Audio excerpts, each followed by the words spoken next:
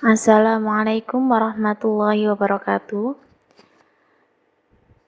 Sebelum materi kita lanjutkan, mari kita membaca basmalah terlebih dahulu. Bismillahirrahmanirrahim. Pada pertemuan kali ini, masih membahas tentang Indonesia pada masa penjajahan dan perkembangan pergerakan kebangsaan. Dan sebelumnya kita sudah belajar tentang masuknya bangsa Barat di Indonesia. Nah, ini poin yang kedua, yaitu pemerintahan bentukan bangsa Barat di Indonesia. 1. Masa kolonial Portugis. Tujuan Portugis datang ke Indonesia adalah untuk mencari daerah jajahan. Namun, tujuan tersebut tidak dapat dikatakan berhasil. Portugis hanya dapat menguasai Ternate. Di Ternate, Portugis berusaha merebut perdagangan cengkeh dan pala. Di Maluku, Portugis berusaha menanamkan kekuasaannya, namun hampir semua masyarakat menolak kehadirannya karena sikapnya yang sombong dan dengan segala kekuasaannya, Portugis bersifat sewenang-wenang dan bertindak kejam terhadap rakyat. Akhirnya terjadi pertentangan antara rakyat Maluku dengan Portugis. Setelah rakyat sadar, mereka segera mengusir Portugis dari Maluku. Kedua, masa kolonial Spanyol. Sebagaimana bangsa Portugis, Spanyol hanya berhasil mempengaruhi kerajaan Tidore saja. Itu pun tidak lama, karena setelah masyarakat Ternate dan Tidore bersatu, Spanyol juga diusir dari Maluku. 3. Masa kolonial Belanda. A. Muncul dan berkembangnya VOC. Sebelum terbentuknya VOC, ekspedisi Belanda yang pertama ke Asia telah melakukan 3 kali pelayaran antara tahun 1594 sampai 1596, namun selalu mengalami kegagalan. Para pelaut banyak yang jatuh sakit karena keracunan makanan yang sudah membusuk akibat terlalu lama berada di perjalanan dan tidak kunjung menemukan daerah koloni. Persaingan yang semakin ketat di antara para pedagang Belanda dan pedagang-pedagang lainnya seperti Portugis, Spanyol, Inggris, dan Prancis membuat Belanda membentuk kongsi dagang yang bernama VOC. 1. Terbentuknya VOC.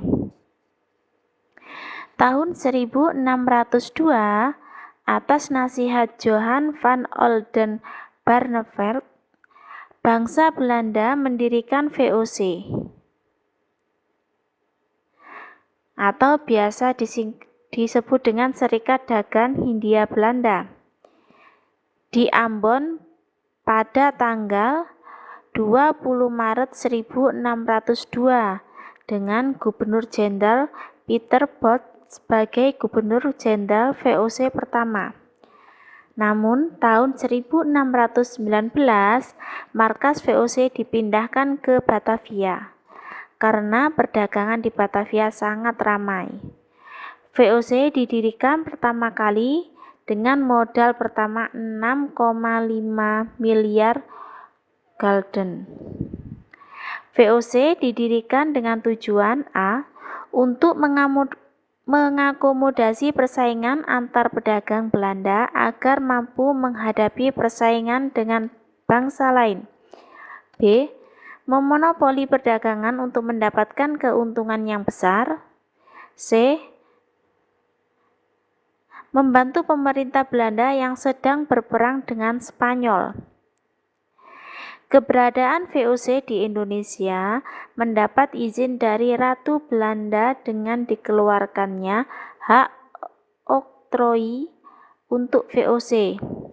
Hak oktroi adalah hak istimewa yang membuat VOC layaknya sebuah negara, meliputi a. Hak merekrut personel atas dasar sumpah setia, b. Hak melakukan peperangan, c.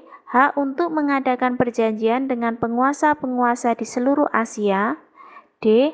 Hak membentuk tentara dan mendirikan benteng-benteng pertahanan, e. Hak mencetak dan mengedarkan mata uang, f.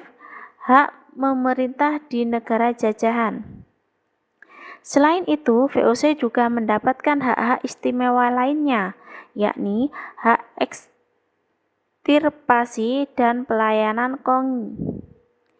Hak ekstirpasi adalah hak untuk memusnahkan tanaman rempah-rempah bila dirasa tanaman rakyat tersebut akan mengakibatkan stok rempah-rempah yang berlebihan, dan bila dirasa tanaman rakyat tersebut akan mengakibatkan jatuhnya harga di pasaran internasional. Adapun pelayanan kongi adalah pelayanan patroli pasukan bersenjata yang bertujuan mengawasi dan mencegah terjadinya pelanggaran terhadap peraturan VOC dalam monopoli perdagangan. 2. Perluasan kekuasaan VOC di Indonesia. Dengan politik adu dombanya, VOC berhasil menanamkan kekuasaan dan memaksakan monopolinya di Banten. Untuk melebarkan sayap kolonialisme dan imperialismenya di Indonesia, VOC berusaha mengalahkan Portugis di Malaka. 3. Keruntuhan VOC. Memasuki abad ke-18, kejayaan VOC mulai merosot yang disebabkan oleh adanya faktor internal dalam tubuh VOC itu sendiri dan faktor eksternal di luar VOC yang menggerogoti keberadaan VOC.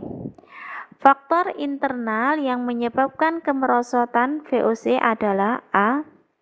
Banyaknya pegawai VOC yang melakukan korupsi dan mengelola manajemen yang buruk merupakan faktor utama keruntuhan VOC. B. Sulitnya melakukan pengawasan terhadap daerah penguasaan VOC yang sangat luas. Adapun faktor eksternal yang menyebabkan kemerosotan VOC adalah a. Meletusnya revolusi Prancis menyebabkan Belanda jatuh ke tangan Prancis di bawah pimpinan Napoleon Bonaparte. B. Reaksi penentangan oleh rakyat Indonesia terhadap VOC dalam bentuk peperangan yang banyak menyedot pembiayaan dan tenaga. Keadaan yang kian parah dan mengkhawatirkan menyebabkan negara Belanda mengambil sikap tegas.